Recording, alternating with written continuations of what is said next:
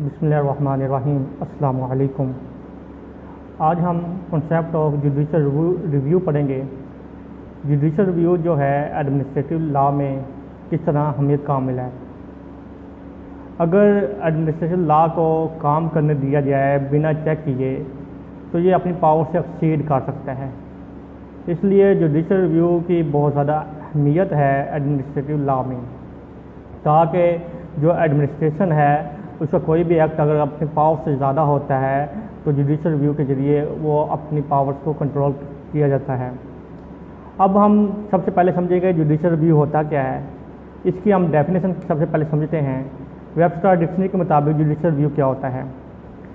रिकॉन्सिडरेशन और re examination of any proceeding of lower court, किसी भी निचली अदालत की प्रोसीडिंग को कार्रवाई को जब हाई कोर्ट जो है या अदालत आलिया दोबारा से समझती है, दोबारा गौर करती है, इसको रिव्यू कहते हैं। रिव्यू कहते हैं किसका, जुडिशल जो कार्रवाई हुई है उसका।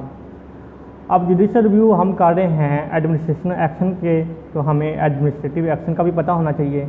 देखें, हमारी जब कौमी असम्बली, जिसे लेजिस्लेटिव बॉडी भी कहते हैं, जब कोई लॉ बनाती है तो उस लॉ को इन्फोर्स करवाना जिम्मेदारी होती है एडमिनिस्ट्रेशन की। अब जब एडमिनिस्ट्रेशन वो लॉ को इन्फोर्स कराती है, हम कहते हैं एडमिनिस्ट्रेटिव एक्शन है ये। अब इस एक्शन के दौरान ये तमाम वो काम वो अमल करती है जो उसको ज़रूरी होते हैं। पाकिस्तान में और कहीं भी जुडिशल रिव्यू की क्या अहमियत है। अब समझे कि पाकिस्तान हो गया या कोई भी मुल्क हो गया जहाँ पर रिटन कॉन्स्टिट्यूशन है, वहाँ पर जुडिशल रिव्यू एक कोड ऑफ हार्ट, दिल की धड़कन की हैसियत रखता है। ये बेसिक और लाजमी जुज़ है किसी भी आइन का। जुडिशल रिव्यू आपकी एडमिनिस्ट्रेशन को कंट्रोल करता है पावर्स के लिहाज से, कि वो अपनी पावर से एक्सीड ना करे।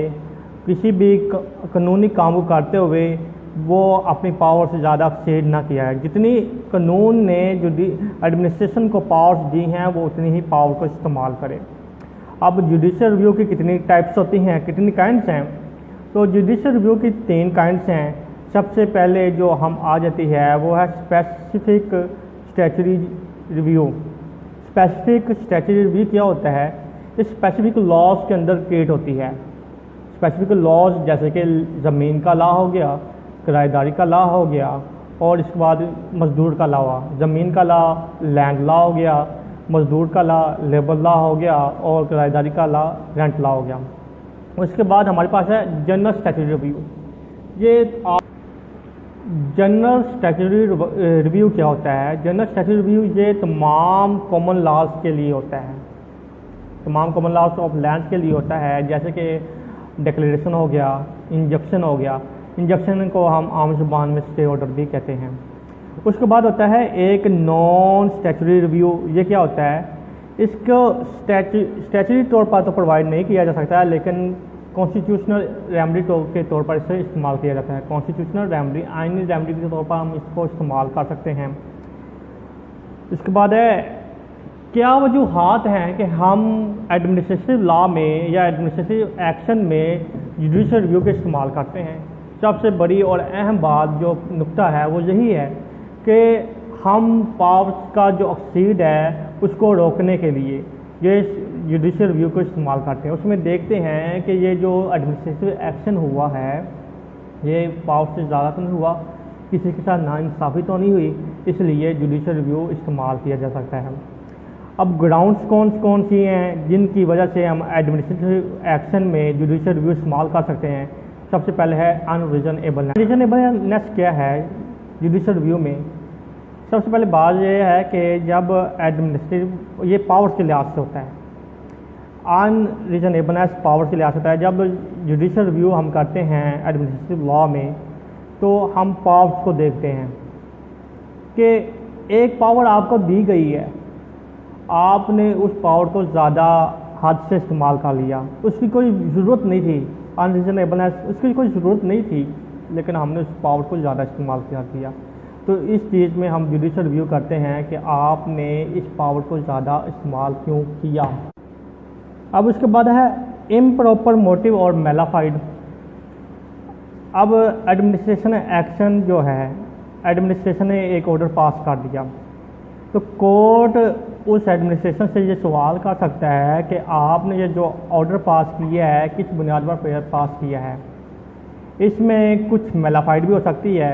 ये ऑर्डर जो आपने पास किया है अपने आप को फ़ायदा पहुंचाने के लिए भी किया है, इसलिए इम्प्रॉपर या जो ऑर्डर पास किया ये प्रॉपर है ही नहीं था, इसमें कुछ ना कुछ कमियां हैं, ये कोताहियाँ हैं। और मेलाफाइड यानी कि इसमें आपने मेला से दिल का बोझ रखा हुआ है कि अपनी ज़ात को फ़ायदा पहुंचाने के लिए या अपने किसी दूसरे को फ़ायदा पहुंचाने के लिए आपने जो ऑर्डर पास किया है, इस काम में भी जो अदालत है वो जुडिशल रिव्यू कर सकती है एडमिनिस्ट्रेशन एक्शन का।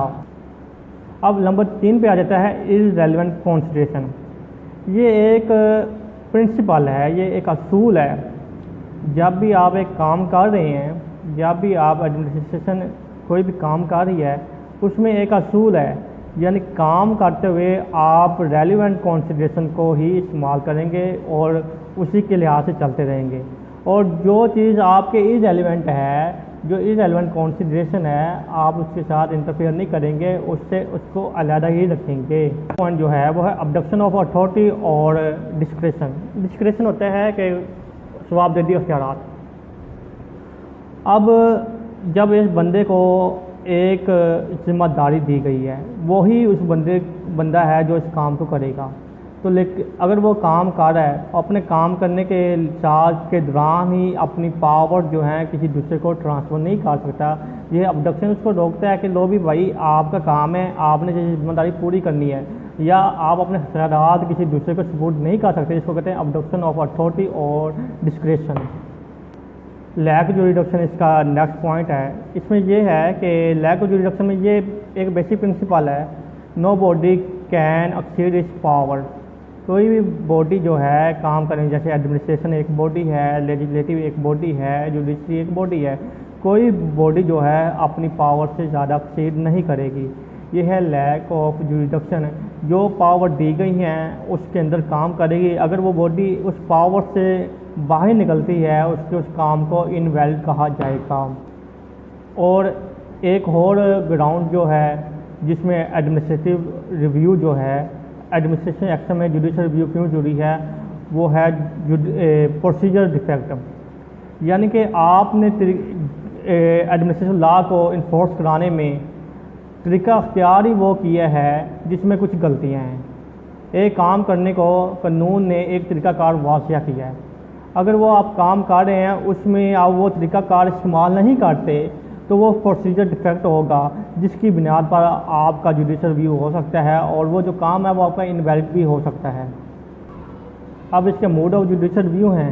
सबसे पहला इसका है पब्लिक जुडिशल रिव्यू और दूसरा है प्राइवेट जुडिशल रिव्यू। अब इन दोनों रिव्यू को हम अपने नेक्स्ट टॉपिक में डिस्कस करेंगे। आज के टॉपिक में जो हमने डिस्कस किया है वो ये है कि जुडिशल रिव्यू की ज़रूरत क्यों पड़ती है। एडमिनिस्ट्रेशन जब अपनी पावर से ज़्यादा एक्सीड करता है, जो उसको पावर नहीं दी गई, या वो अपने जवाबदेही अख्तियारात को ज़्यादा इस्तेमाल करता है, तो हम जुडिशल रिव्यू की तरफ चले जाते हैं। यानी इसमें अनरीजनेबलनेस भी आ जाती है, इम्प्रॉपर मेलाफाइड भी आ जाता है, और इसके बाद प्रोसीजर डिफेक्ट भी आ जाता है। ये इसके मुख्तलिफ ग्राउंड्स हैं जिनकी बिना पर हम जुडिशल रिव्यू करते हैं। नेक्स्ट टॉपिक में हम पब्लिक और प्राइवेट जुडिशल रिव्यू के बारे में डिस्कस करेंगे।